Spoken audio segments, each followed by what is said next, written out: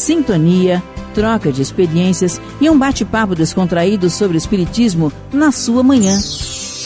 Deusa Nogueira explica a mediunidade no nosso dia a dia. Começa agora, na sua Rádio Rio de Janeiro, o programa Conversando sobre Mediunidade. Amigos, irmãos ouvintes da Rádio Rio de Janeiro, Deusa Nogueira, conversando sobre mediunidade. Estamos no estudo dessa obra belíssima, que é a obra Seara dos Médiuns, de Emmanuel, através da mediunidade sincera com Jesus, do nosso Francisco Cândido Xavier. Hoje estudaremos a questão 220, o 16º parágrafo, de O Livro dos Médiuns. É uma página psicografada intitulada Alegas, recebida em reunião pública de 25 de março de 1960. Vamos ver essa questão 220, 16º parágrafo, que é o capítulo 17, e ele vai versar sobre perda e suspensão da mediunidade. E Kardec pergunta assim, nessa questão 16ª. Como um homem pode aperfeiçoar-se através do ensino dos espíritos, quando não possui, nem por si mesmo, nem pelos outros médiuns, os meios de receber diretamente esse ensinamento? Então, a gente fica pensando, né, que muitos não têm essa facilidade que alguns de nós temos e até nem nos importamos muito, que é de receber instruções, orientações, mensagens de espíritos através de nossas casas, através da própria Rádio Rio de Janeiro, que muitas vezes veicula mensagens recebidas de maneira séria, né, através de médiuns sérios. E aí, olha o que os espíritos respondem. Não tem ele os livros, como o cristão possui o Evangelho? Para praticar a moral de Jesus, o cristão não necessita ter ouvido suas palavras saírem de sua boca. Então, aqui os espíritos estão convidando a gente a se retirar da zona do menor esforço para adentrarmos a zona do estudo e do trabalho. Temos as obras. Houve um estudo no Teresa d'Ávila, numa reunião pública, feito sobre o Consolador, que ficará eternamente convosco, e a nossa querida amiga Teresa Almeida, ela foi assim, bem feliz quando ela falou assim, o que fica eternamente conosco? Porque às vezes até uma pessoa encarnada, importante, relevante, com o tempo, se não for lembrada, se não for passada a sua trajetória, as coisas vão ficando esquecidas e morrem, não é? Na memória, na lembrança. Mas os livros ficam eternamente conosco. Então o Consolador, ela colocou, né? Os livros estão para nós. E sempre, agora então, pelos meios digitais, se a gente não quiser pegar o livro de papel, a gente pode pegar o livro digital. Então, as palestras, os estudos espíritas são feitos tendo por base a codificação, os livros. Então, isto perpetua para todos nós. Os estudos são gravados, são trazidos, é só a gente querer. É só a gente se empenhar nesse estudo sincero. Então, alegar que não tem, eu não creio, porque eu não tenho médios disponíveis, porque as mensagens não chegam a mim de forma clara, né? Direta. Então, essa alegação não tem nada a ver, porque assim, Jesus foi embora, se encarnou, né? Mas não temos o Evangelho, e através da evocação do Evangelho, da leitura, da reflexão, a gente não tem a certeza da presença dele em nossas vidas? Então, é esse movimento. Agora, aquele que não estuda, aquele que não quer procurar, aquele que está no menor esforço, é muito interessante. Mesmo que os espíritos venham falar, ele vai colocar uma dúvida, ele vai colocar um ponto, ele vai adiar, ele vai fazer qualquer coisa, porque no fundo a alma não quer caminhar. Então Emmanuel nos traz a visão nessa parte intitulada Alegas.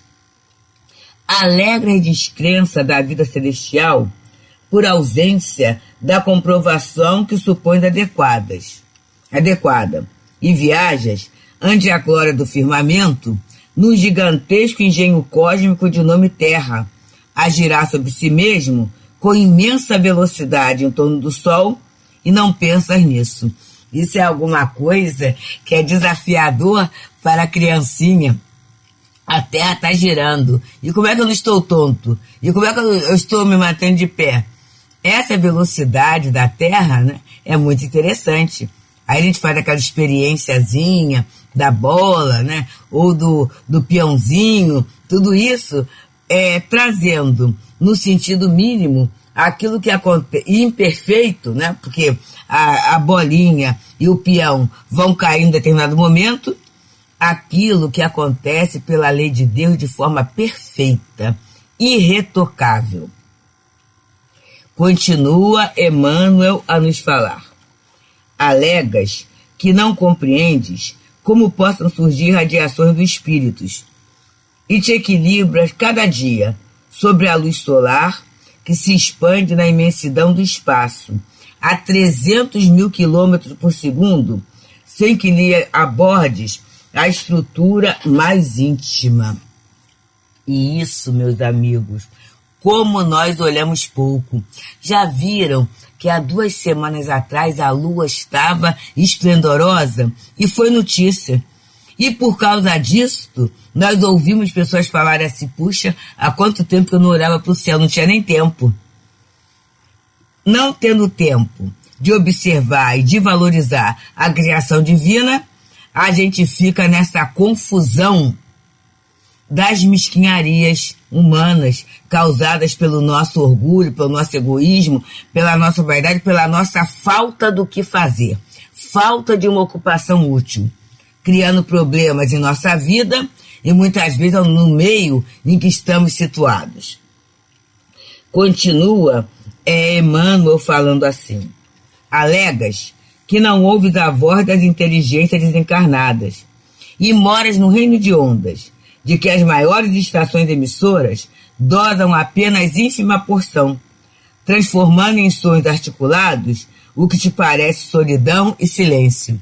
Nesse momento, amigos queridos, estamos, cada um no seu ponto de origem, ouvindo a Rádio Rio de Janeiro, a emissora da fraternidade.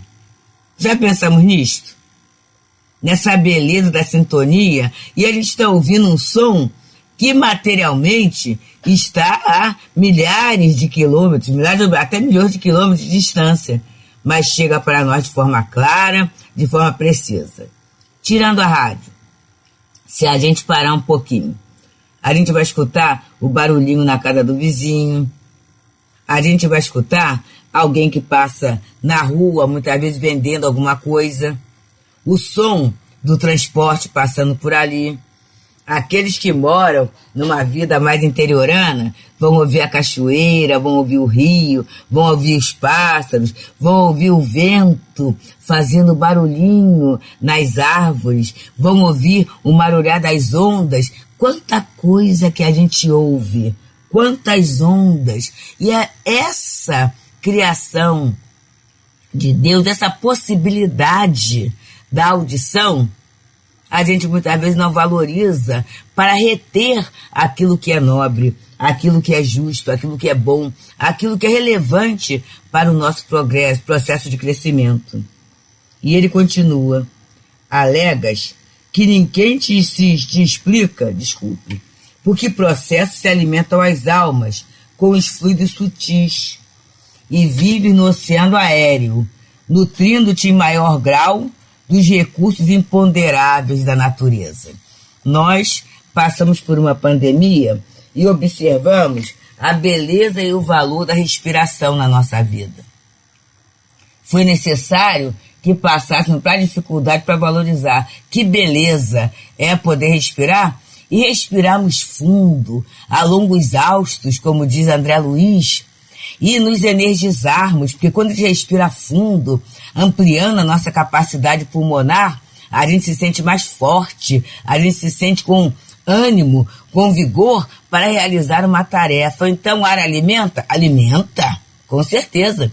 Ajuda no metabolismo? Ajuda. Mas a gente, às vezes, só vai valorizar na hora em que eu tenho que comprar um balão de oxigênio, né? Ainda tem que ter estou na minha dificuldade.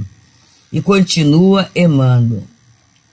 Alegas que a existência humana fora da matéria física é inaceitável por tornar-se invisível.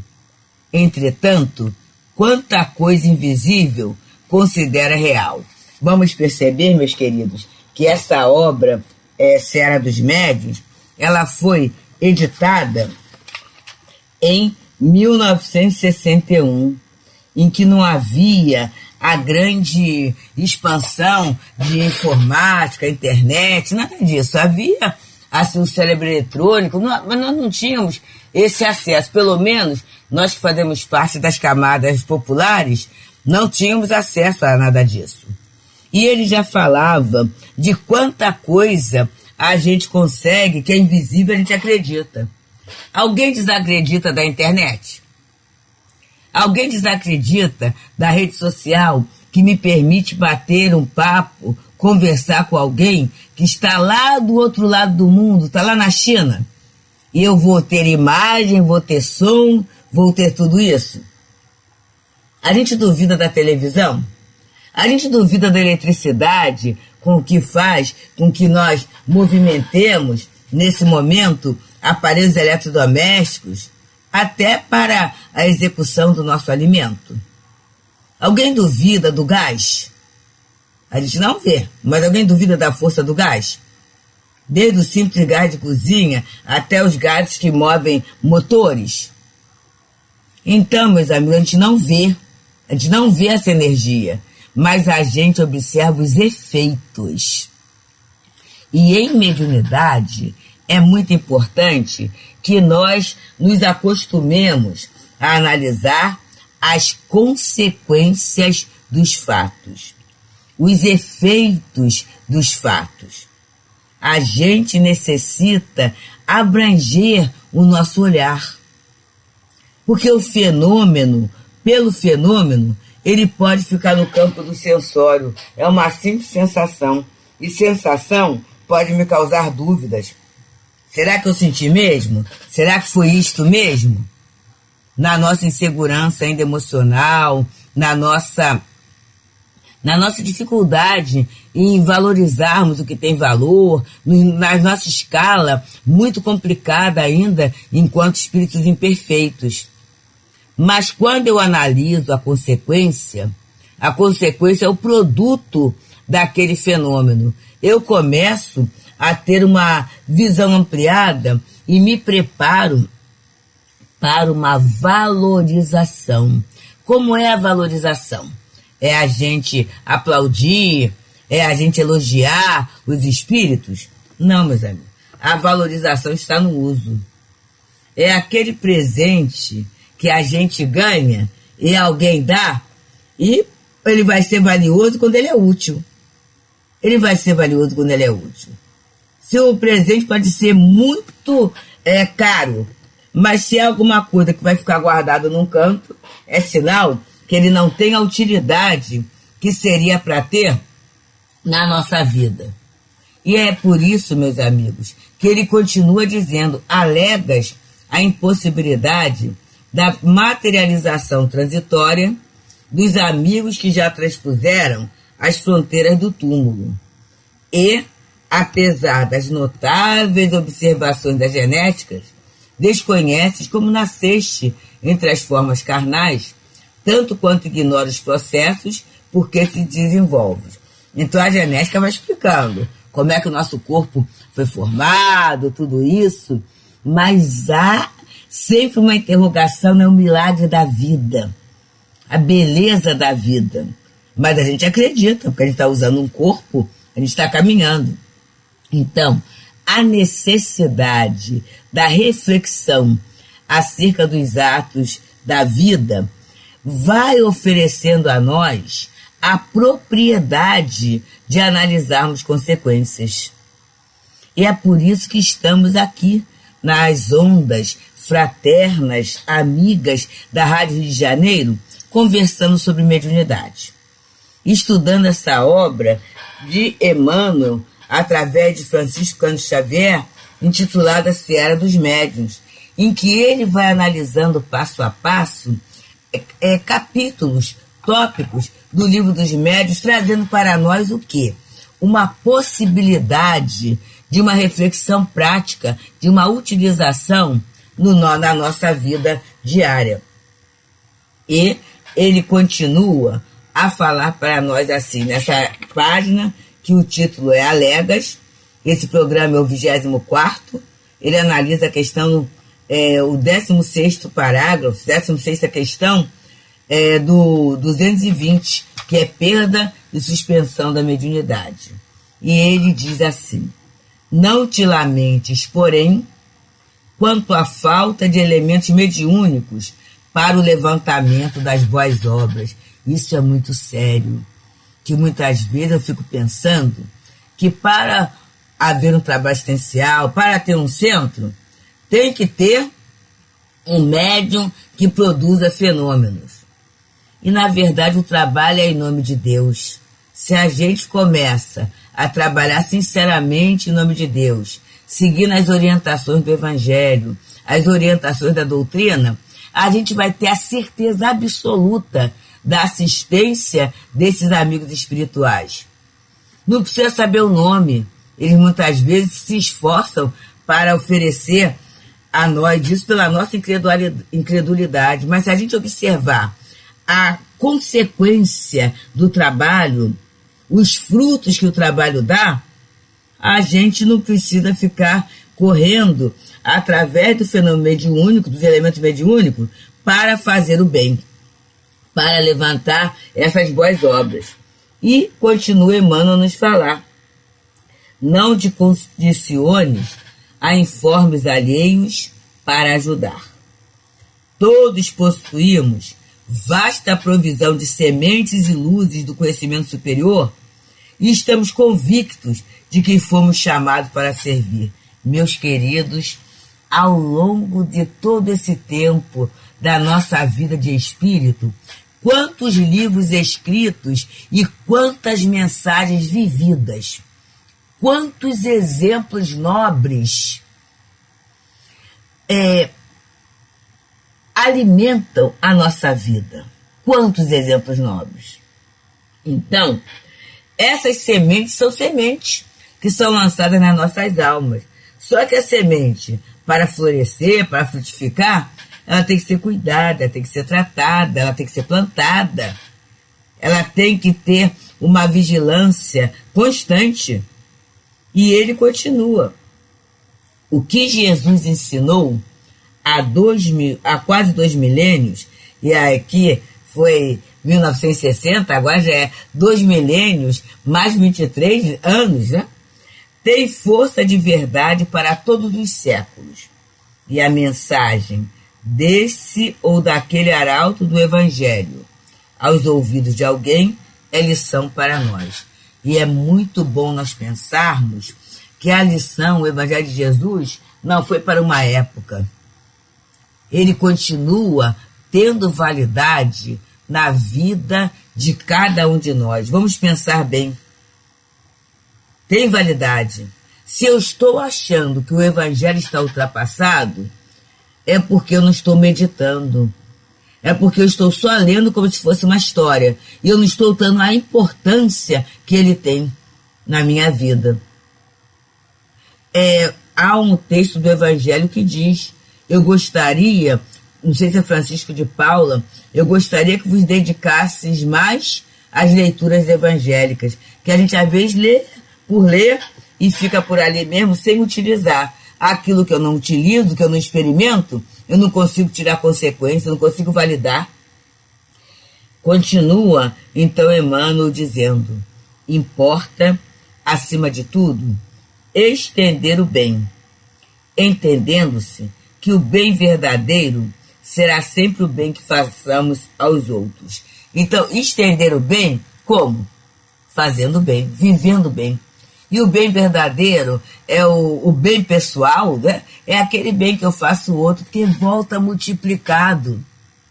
É esse bem que é gerador de saúde, de equilíbrio. É esse bem. É esse bem que faz, né? Esse fruto que faz com que a gente comece a pensar no aproveitamento do tempo, das horas. Tenho horas vagas, o que eu posso fazer por mim? E muitas vezes eu acho que o que eu posso fazer por mim é ficar deitada numa cama, é ficar diante de uma televisão procurando alguma coisa, quando na verdade essa movimentação do bem, a boa palavra, o bom pensamento, o gesto de fraternidade e carinho, o olhar acolhedor, tudo isso, meus amigos, eu não estou fazendo para o outro, eu estou fazendo para mim mesmo. E Emmanuel continua nos falando.